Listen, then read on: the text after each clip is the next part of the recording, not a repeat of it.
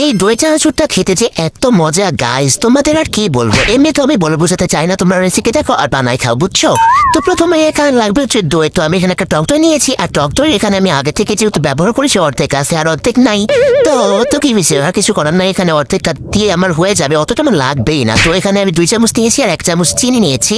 তারপরে এটাকে খুব ভালোভাবে মিশিয়ে নেব। তো এখানে আমার যে মিশানো হয়ে গিয়েছে, এরপর লাগবে শসা আর পেঁয়াজ। তো শসা আর পেঁয়াজকে দেখছো কি সুন্দর কুচি কুচি করে নিয়েছি, তোমরা কুচি কুচি করে নেবা। তারপরে এখানে যে এখন আসল রেসিপিতে আসি, এতক্ষণ যা দেখছো সব নকল, এখন হচ্ছে আসল কাজ, যেটা মেইন কাজ, সেটাই হচ্ছে আসল কাজ, সেটা তো আমি জানি। তো প্রথমে যে এখন যে দই নিয়ে নিলাম, তো প্রথমে দইয়ের একটা লেয়ার করতে হবে। তারপর এখানে কিন্তু আমি চানাচুর দিয়ে দেবো। তো এখানে আমি রুচি চানাচুর নিয়েছি, এটা আমার ভালো লাগে তাই নিচ্ছি, তোমরা যেটা ইচ্ছে সেটা নিতে পারো। তো প্রথমে যে কেটে নিলাম, কাটা হয়ে গেলে এখানে আমি যে চানাচুরটা দিয়ে দেবো।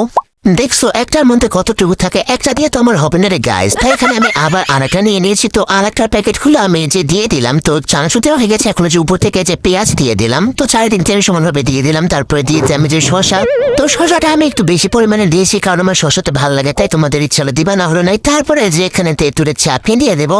তো উপর থেকে আমি তেঁতুলের চাটনি দিয়েছিলাম, এটা আবার বাড়াচ্ছে না, দেখো 2 হাত দিয়েও বের হচ্ছে না, কেমন ডাল লাগে। তো বের হবে না চাপে, কোথায় বের তো হতেই হবে, দেখো কি সুন্দর বের হচ্ছে।